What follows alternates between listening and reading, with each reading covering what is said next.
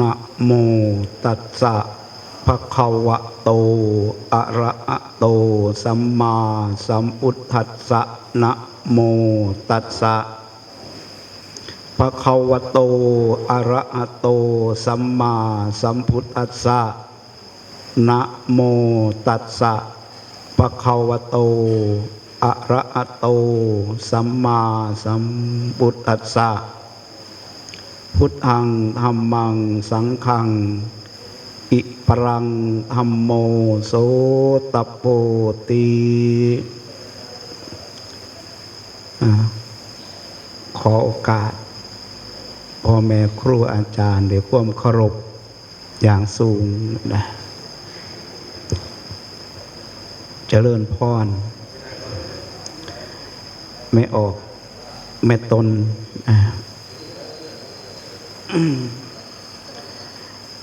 เอาเงียบๆจักน้อยแต่เอิ่นเขามาในศาลาก็เอิ่นกันยากเลยเด้เนาะ เขามาในศาลายังสิมาคุยกันอีกก็ว่าเป็นท่าปันใดเด้อล่ะ คนก็หลายเติบอยู่ได้แต่ว่าสิเอิ่นเขามาโฮมมาตุ่มกันในศาลานี่ก็ยากผู้เขามาในศาลาแล้วก็ให้พากันเงียบๆเพราะว่าระเบียบในศาลานี่มันต่างจากอยู่ข้างนอกกันนะเป็นผู้เขาใกล้พระสงฆ์เป็นผู้เขาใกล้เป็นผู้ร่วมอยู่ในศาสนาพิธีก็จังว่ามันต้องละเอียดจิตใจนะไม่ออกโมเมนต์เอิ่นเขาศาลาแล้วก็ยากพวกเขามาแล้วก็สิมาคุยกันมันก็ซ้ำพวกอยู่น้ำขางัวตกผูดเท่านั้นแล้วเนาะมันสิมีผู้ฟังไม่เดียวผู้เบาเท่านั้นเดียวจังว่าเขามาไก่แล้วก็ให้เราอดเอาเนี่ยจักน้อยอดเอาเนี่ยจักน้อยเขาเคยบอกมาหลายแล้วล่ะลองมาฟังเบิ่งมันสิลองมาฟังเบิ่งมันสิงุดหงิดบ่นะบางคนก็เว้าได้แต่ว่าฟังบ่เป็นก็มีเด้บางคนก็เว้าก็เป็นฟังก็เป็นบาดนี้คือมื้อนี้แหละเฮามาเว้าก็เป็นฟังก็เป็นเราหัวจักว่าเฮาบอกเราให้เราเศร้าคุยกันบ่นะผู้อยู่ซึ่งโซฟานั่นแขกผู้พิเกียรติเพิ่นเด้นั่นยังสิมานั่งคุยกันแข่งพระอยู่บ่เป็นท่าเด้ต้องมีมารยาทจริยธรรมพอสมควรเด้เขาจึงเชิญขึ้นนั่งซึ่งโซฟาในศาลาแต่ก็ให้มันมีมารยาทสมข้อสมมุติให้เฮาเป็นผู้นั่งซึ่งโซฟาได้มั้ยท่านแขกผู้มีเกิบ สำคัญอยู่ในเรื่องของมวลบทนี้คอยพิจารณาเบิ่งนะขั้นถ้าเว้าไปไกลกับฟังกันบ่ค่อยเข้าใจเพิ่นบอกไผเนาะว่าสิว่าขั้นถ้าเว้าตรงๆเพิ่นบ่มักมันว่าอีกนะเพิ่นยังได้พระดีแต่ได้ระบาดนี่คนทั้งหลายดีถือใจเฮามันก็พอหาได้อยู่แต่ดีถือธรรมวินัยนะมันก็จะหายากแน่มันบ่ถือใจเฮานะนี่ก็สำคัญอยู่เด้เพิ่นยังว่าผู้แสดงตนออกหูจักเวลาหูจักโอกาสหูจักงานว่างตนให้ถูกนี่มันเป็นผู้หนาเคารพเลื่อมใสตัวยิ่งเขาเป็นผู้นำชุมชนเป็นผู้เขาเคารพยกย่องมากยิ่งต้องวางตัวให้เป็นตัวอย่างให้เขานะตามครูตามอาจารย์เพิ่นสอนเพิ่นบอก การทำตัวให้เป็นตัวอย่างมีค่ามากกว่าคำสอนเป็นว่าอย่างว่าพระเพิ่นกระทำตนเป็นตัวอย่างเห็นว่าอย่างหลวงพ่อสุภาพมื้อนี้ก็เลยสิเว้าให้ฟังจักหน่อยสร้างถึงเวลาเฮากล่าวถวายสังฆทานหมากผลละไม้ทั้งหลายทั้งปวงเดี๋ยวเฮาตั้งใจมาบ่แม่นตั้งใจมื้อนี้เด้ตั้งใจมาแต่ก่อนพุ่นหลายมื้อแล้วนะอีหยังมันเป็นสิ่งที่น่าฮักที่สุดในโลกนี่อีหยังมันเป็นสิ่งที่น่าสั่งน่ารังเกียจที่สุดในโลกนี่เด็กอีหยังมันเป็นสิ่งที่ทำยากที่สุดในโลกนี่เฮาก็หูบ่ลองหาคำตอบในใจเจ้าของไว้เบิ่งมันสิหาฟังเฉลยไปนี่มันสิเป็นคือเฮาคิดไปในใจบ่ตอนนี้เฮาพากันมาอยู่ในเส้นทางกระบวนการของคำว่าสิ่งที่น่าฮักที่สุดในโลกบ่แม่นธรรมดาเด้ออกตนญาติโยมสิ่งที่น่าฮักที่สุดในโลกคือพระพุทธเจ้าเพิ่นตรัสไว้เพิ่นว่าบุญนั่นเห็นบ่เป็นสิ่งที่น่าฮักที่สุดในโลกเฮาก็เริ่มกันเห็นบ่เริ่มเข้าสู่กระบวนการของสิ่งที่เป็นน่าฮักเริ่มศีลละไม้เห็นบ่สมาทานศีลบุญสำเร็จโดยการบำเพ็ญรักษาศีลทานละไม้จังหน่อยเฮาก็สิพากันกล่าวถวายสังฆทานบุญสำเร็จด้วยการให้ทานแล้วก็สิฟังไปพิจารณาเอาไปสานต่อภาวนาไม่บุญสำเร็จด้วยการภาวนาภาวนานี่คืออีหยังเฮาฮู้จักบ่ออกตนญาติโยมภาวนานี่คือการทำให้มันมากๆทำให้มันต่อเนื่องทำอยู่เป็นนิดก็มีประโยชน์อันเป้าหมายคือกันนั่นนะอย่างหอยท่านกันอยู่เป็นนิดเห็นบ่เพียรทำถือว่าหลวงพ่อเพิ่นก็ลำริมาไว้หลายครั้งหลายหนเลยล่ะเรื่องผ่าป่าผลหมากหลากไม้แบ่งปันถวายครูอาจารย์ไปสู่วัดว่าอารามแบ่งปันให้ญาติให้โยมได้เมื่อชื่นชมหมากไม้ผลผลิตตั้งวัดผู้ค่ำบ้านผู้ค่ำผู้เงินสันติสุขระแวกไกลเคียงทำนองนี้เป็นต้นนั่นนะแต่ว่ายังบ่ท่านปรากฏเป็นผลเป็นรูปธรรมปีนี้มันปรากฏเป็นผลเป็นรูปธรรมขึ้นมาคันธาเว้าเรื่องพาป่าผลไม้เฮาก็อดกล่าวย้อนไปถึงต้นแบบต้นฉบับถือว่ายกให้เพิ่นเป็นต้นแบบซะก็คือวัด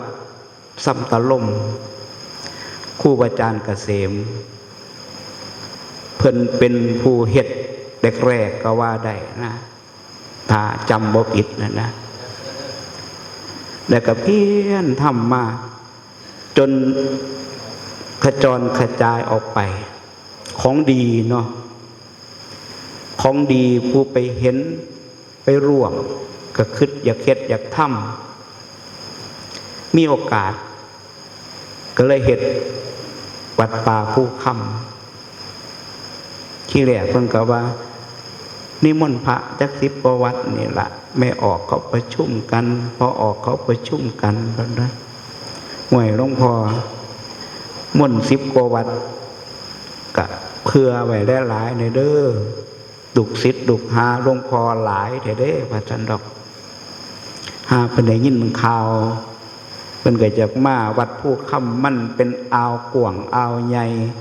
พระสงฆ์องค์เน้นญาติโยมหูยินแต่ข่าวบุญท่านก็ยังมาห่วมมาห่มมาตุ่มกัน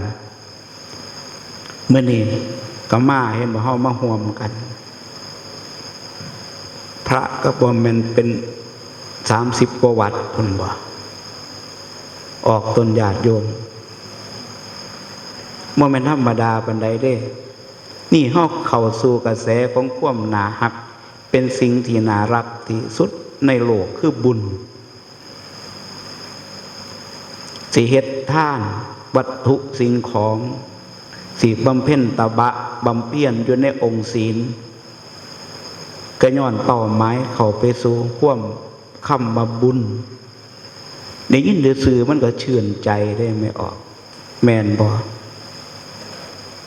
ได้ฟังได้ยินได้มีผู้กล่าวว่าเรื่องบุญเรื่องการเอื้อเฟื้อเพื่อแผ่แบ่งปันซึ่งกันและกันใจเฮาก็เบิกบานมีความสุขมื้อนี้เพิ่นยังพาเฮามาสู่ขบวนการแห่งการควบเป็นตาฮักมาทำกายให้เป็นบุญใจให้เป็นบุญแต่ความเป็นบุญมันปรากฏขึ้นนะมันก็บ่เบียดเบียนบุคคลอื่นบ่เบียดเบียนตนเองแล้วนึกได้ยามใดก็สบายใจก่อนสิให้ก็มีจิตใจสบาย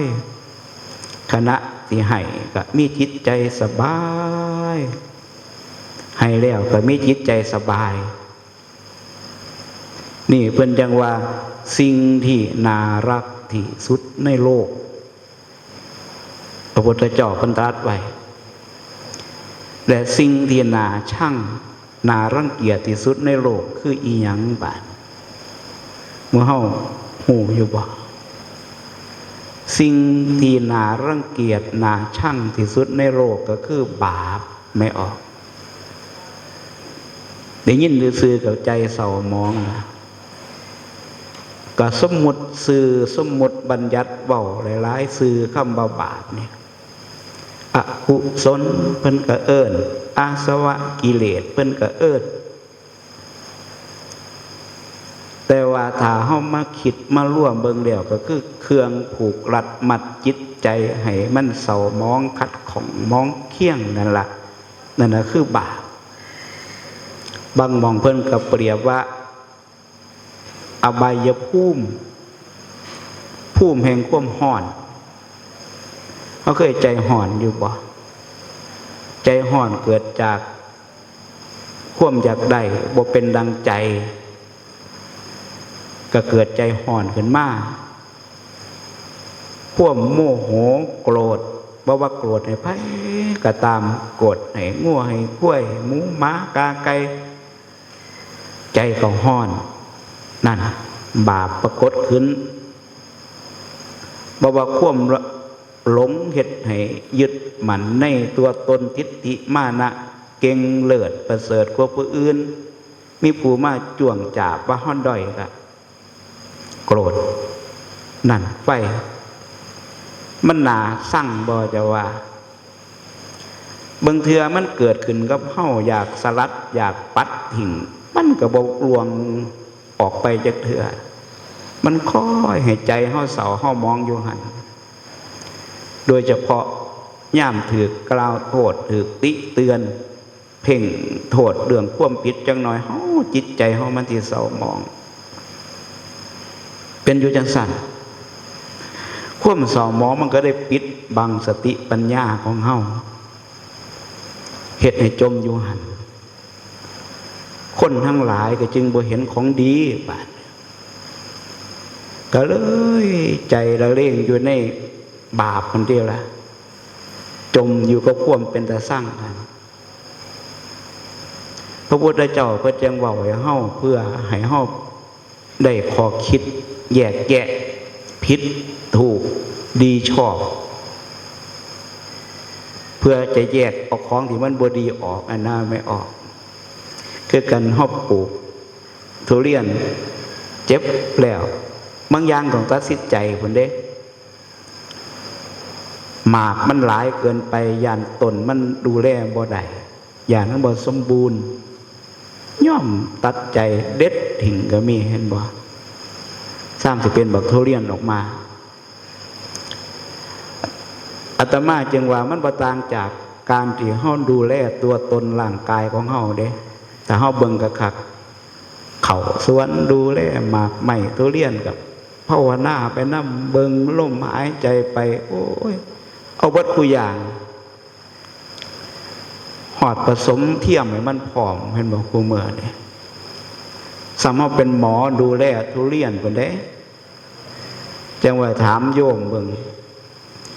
คือหูจักว่าเกสรตัวผู้หูจักว่าเกสรตัวเมียจังเอาเกสรนั้นไปผสมกันได้ก็บ่ฮู้แล้วเราว่า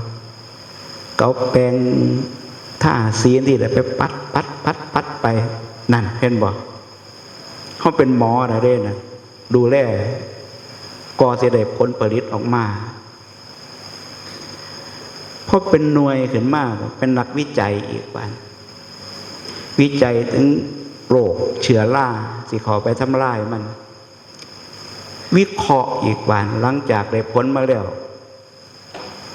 ผลิตผลส่วนใดส่วนที่นำสู่ออกท้องตลาด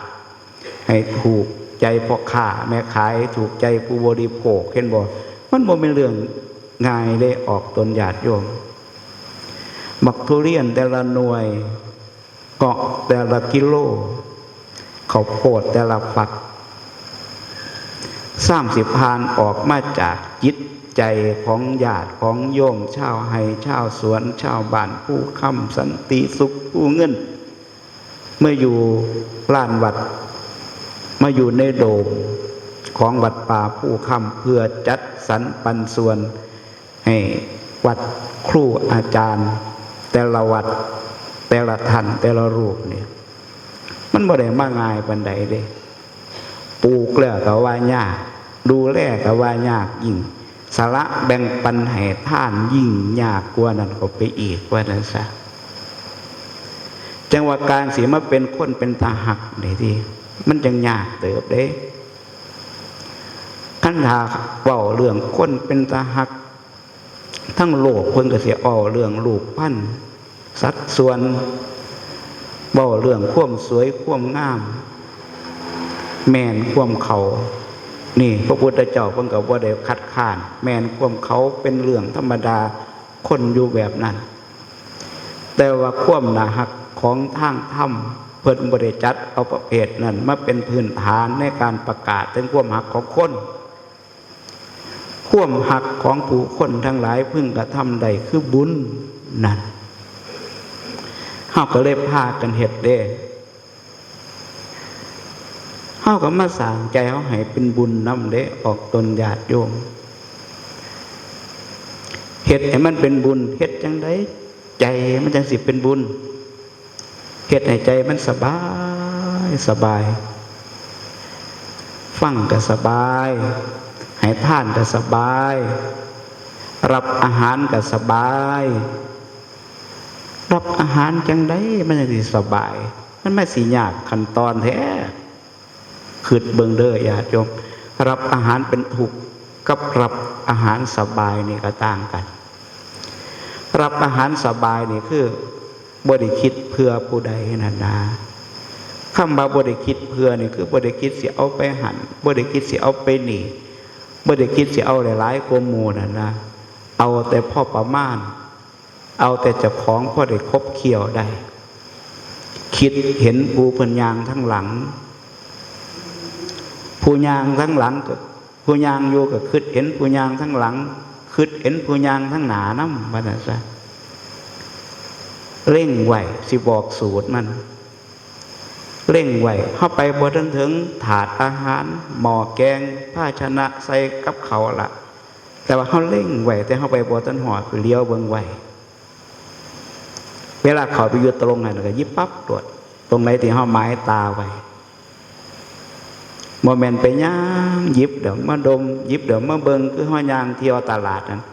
คนมันหลายเด้ออกตนญาติโยมมันก็สิซ่าพอซ่าแล้วก็เกิดการพักกันเตือนกัน นั่นรับอาหารเป็นทุกข์เด้ให้หมอแย่งชิ่งกันทั้งโต๊ะอาหารน่ะนี่โอ้อย่าให้มันมี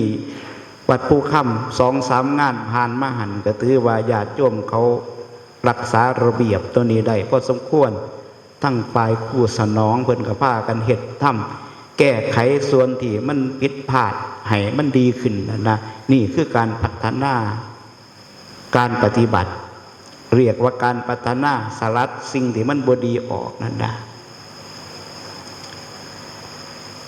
ขั้นถาเฮารับอาหารเป็นทุกข์ก็เป็นคือบอกให้ฟังบางหันเตียละอยากได้แย่งชิงกันบ่มีหัวแถวปลายแถว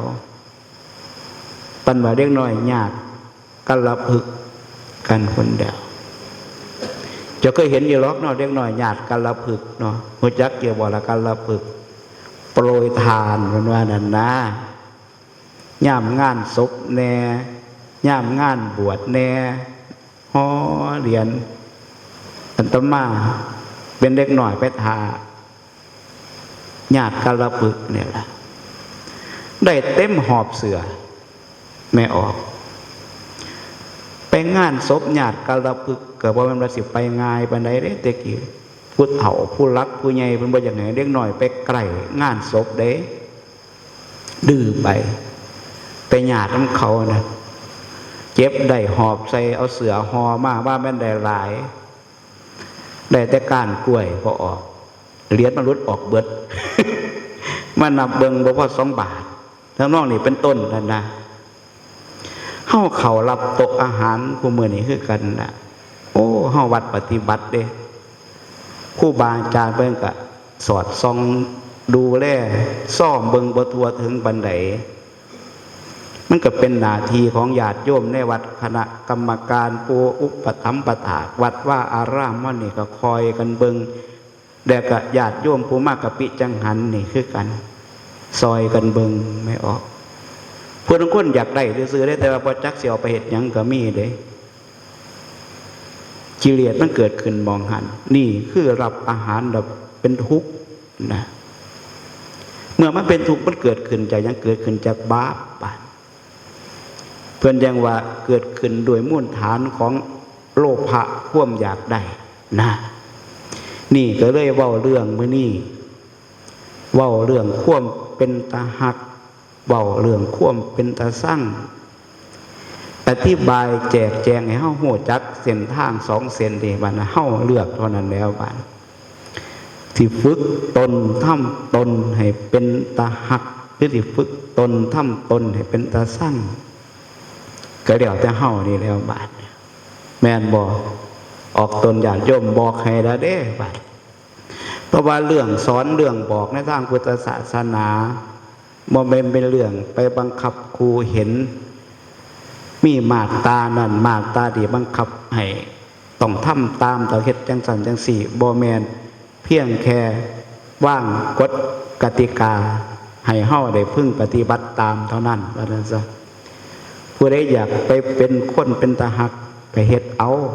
ทั้งบุญผู้ใดอยากเป็นคนเป็นตาสั่งก็เฮ็ดเอาทั้งบาปเดินไปทางบุญเพิ่นก็บอกไว้ทานศีลสมาธิปัญญาอย่างที่ครูบาอาจารย์เพิ่นบอกเพิ่นสอนเมื่อเฮาเข้าใจเรื่องบุญเรื่องบาปมีความบันเทิงเจริญในจิตเรื่องบุญแล้วเฮามาฟังสิ่งที่ทำยากที่สุดในโลกบาดนี้แม่ออกสิ่งที่ทำยากที่สุดในโลกคืออีหยังมีคนไปถามพระสารีบุตรแม่นอีหยังทำยากที่สุดในโลกพระสารีบุตรเป็นตอบว่าบวชโอ้ไม่ออกบวชแต่สันบวชบ่ใบไม้บ่แหวนช่อชาแต่โดยปกติแล้วบ่ใบไม้มันบ่มีในภาษาบาลีหรอกเป็นภาษาไทยเฮาว่าซั่นซะเขาสิใส่ปอปลาแท้เอามาแยกพิจารณาว่าบวช คือปะวัชชะคือการออกจากบาปทั้งหลายคือการบ่ทำบาปทั้งหลายทั้งปวงการบ่ทำบาปทั้งหลายทั้งปวงคืออีหยังเฮาก็ไปไล่เลี่ยงเบิ่งโอวาทปฏิโมกข์โอวาทขององค์พระศาสดาพระสัมมาสัมพุทธเจ้าเป็นเรื่องหาฟังยากอยู่เด้ไม่ออกเป็นหยังจังว่าจังซั่นเพราะพระพุทธเจ้าทุกๆพระองค์สิมาตัดเรื่องนี้ทุกองค์ตัดครั้งเดียวเท่านั้นอย่างที่เฮาระลึกนึกถึงวันสำคัญระลึกนึกถึงคุณอันอเนกอันนั้นองค์พระศาสดาตลอดจนถึงอรหันตสาวกทั้งหลายใส่คำบาวันมาฆบูชาเห็นบ่เพิ่นว่าจังใดสัพพปาปัสสะอาการนังการไม่ทำบาปทั้งปวงเพิ่นบ่ไปไล่เอาปลายเหตุของการทำผิดเด้เพิ่นเริ่มต้นอยู่เหตุของมันเหตุมันคือหยังเหตุมันคือกายวาจาและก็ใจผู้สิไปถึงความงามความเป็นตาหักก็อยู่มองดีผู้สิไปถึงความเป็นตาสั่งน่ารังเกียจก็อยู่มองดีผู้สิไปสวรรค์นิพพานก็อยู่มองดีผู้สิไปอบายภูมิตกนรกก็อยู่มองดีเป็นหยังจังว่าอยู่มองดีอ้อคนลักขโมยตีฟันลั่นแท่งกันชกชิงวิ่งเล่าผิดศีลขอกาเมสุเมฉาคบชูมากหญิงมากชายกายเห็นบ่ไม่ออกพึ่งกระทำคนทะเลาะวิวาทกันโกหกนินท่าว่าร้ายคำหยาบเพ้อเจ้อบ่มีสาระในการเว้าอยู่ใส่อยู่ปากใจบ้านไม่ออกโอ้ถ้ามันคิดไปเป็นมิจฉาทิฏฐิแล้วบ่ว่าธรรมดาได้ใจนี่ไม่ออกเกิดขึ้นในบทริษยาอาฆาตพยาบาทเกิดขึ้นจากมิจฉาทิฏฐิมิจฉาทิฏฐิเกิดขึ้นในใจเฮานี่แหละเป็นไปร่างสัวโหลดปะนะสร้างความเป็นตาสร้างนารังเกียจขึ้นมาโหลดปะนะเฮามีเบิดทุกคนได้อยู่นี่อาตมาก็มีโยมก็มีนั่งจะโคจะเกเห็นกันนี่เขาว่ากายรูปธรรมเวลาเว้าพูดคุยกันน่ะเอิ้นว่าจาออกมาทั้งปากแนวความคิดหักคิดสั่งคิดโกรธเกลียดนั่นใจเฮาเห็นบ่ออกตนญาติโยมเพิ่นจังว่าสิ่งที่ทำยากที่สุดคือบวชโอ้หลวงพ่อใหญ่หลวงพ่อสุภาพเฮานี่เพิ่นทำได้เด้ไม่ออกอายุพรรษาเพิ่นนั้นบางเทื่อนี่หลายกว่าอายุคนบางคนที่มารวมงานนี่ก็มีจอสิ50พรรษาอยู่แล้วไม่ออกบางทีมันเป็นเรื่องง่ายเด้เฮาคิดเบิ่งกะคักเนาะแต่พ่อแม่ครูอาจารย์เพิ่นคิดเฮ็ดคิดทำออกจากความสนุกสนานรื่นเริงทั้งโลกเข้ามาสู่ลมผากาสาประภักข้องเพศสมณะประพฤติปฏิบัติทำตามที่ภาษาดิบุตรเพิ่นเว้าไว้ว่ายากที่สุดคือการบวชเนี่ยแม่นบ่ไม่ออกคือเด้พิจารณาตามบ่เฮาสิไปหาเหตุผลมาอ้างอิงหักหลังคำบอกคำเว้าของพระอรหันต์นี่โอ้ยมันสุดหาบ่มีดอกออกตนญาติโยมญาติโยมทั้งหลายชาวบ้านผู้ค้ำผู้มีศรัทธาต่อองค์หลวงพ่อจึงสนองดำริคำตัดคำเว้าของหลวงพ่อเพื่อจะประกอบให้เกิดบุญยกเอาวัดป่าซ้ำตะล่มเป็นต้นแบบต้นฉบับเฮาเฮ็ดก่อนนะเพิ่นก็ยังพาเฮ็ดเป็นตัวอย่างดีคือหยังนี่ตัวเพิ่นเฮ็ดนะปีนี้ก็ประจวบเขาดินฟ้าอากาศธรรมชาติเป็นใจ ผลละหมากลากไม้แงกไปจังได๋ก็สมบูรณ์ไปเบิดห่วยใจมันก็อิ่มเอิบอะไรแบบนั้นบุญก็ปรากฏขึ้นความสบายใจอยากเฮ็ดอยากทำตอบแทนพ่อแม่ครูอาจารย์เพิ่นบอกเพิ่นสอนเพิ่นมาอยู่เป็นหลักเพิงให้บ่เป็นธรรมดาเด้บ่แม่นเพิ่นสอนแต่ทำความทุกข์ร้อนของชาวบ้านเพิ่นก็เห็นได้ไม่ออกจัดแต่งหาดึงงบประปาขยายจ่ายน้ำประปาให้ชาวบ้าน40-50ครัวเรือนได้ใส่น้ำเดี๋ยวเป็นห่วงกังวลย่ามมีปัญหาไปต่างจังหวัดจิตนิมนต์ห่วมกับหลวงพ่อเพิ่นเสมอน้ำประปามันพังไม่ออกเป็นกังวลวิตกเขาสิเอาน้ำใส่เนาะชาวบ้านบางทีล่ะโอ้ยคู่มือสมัยมันเจริญโซเชียลมันเปิดกว้างสั่งเสมอทั้งโทรศัพท์อยู่พุ่นเพื่อจะมา